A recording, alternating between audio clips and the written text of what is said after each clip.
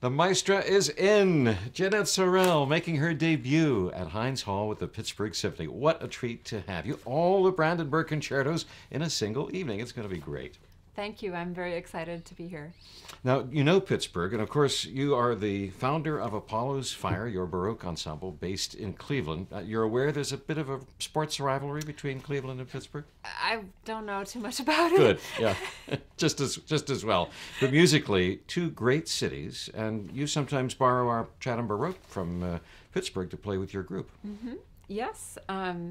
Julie Andrzejewski, who was with Chatham for a long time, is a founding member of Apollo's Fire as well. Good deal. Yeah. Well, this will be special this week in the Brandenburg Concertos, and you are faced with the challenge of the traditional orchestra not using early instruments and regularly thinking about performance practice from Bach's day, that kind of thing. How do you get started? How are you going to pull it off in a short period of time? Well, you know, I sent a little note to the musicians actually a few days ago, just to kind of have an introduction to get acquainted, because we really will only have about 36 hours together, and doing all 6 of the Brandenburgs is a big chunk of music. But what I said to them in this little note was just that I think the Brandenburgs are a wonderful opportunity for the individual personalities of the musicians to shine through on stage, because what Baroque music was all about was the idea of conveying the emotion of the music and moving the emotions or the affects of the listeners. So instead of having to be, you know, the anonymous part of a large symphony orchestra, this is our chance to really show our personalities and interact on stage and express the music. So I hope that that's what we'll be doing. Bach wrote the concertos for 17 players?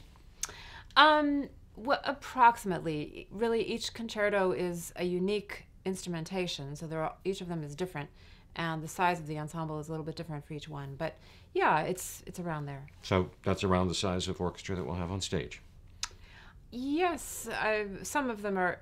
For Brandenburg 1, I think it's probably more like 22 or so, but it's a smaller group than what they're used to seeing at Heinz Hall. Yeah. And you will play the harpsichord? Yes. Mm-hmm. In number 5, that's a challenge. It's a big, famous solo in number 5, yes.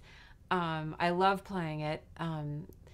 Number 5 is the one that has the big so-called cadenza for the harpsichord, where suddenly everybody else drops out for a long time, and the harpsichord goes off into wild flights of fancy.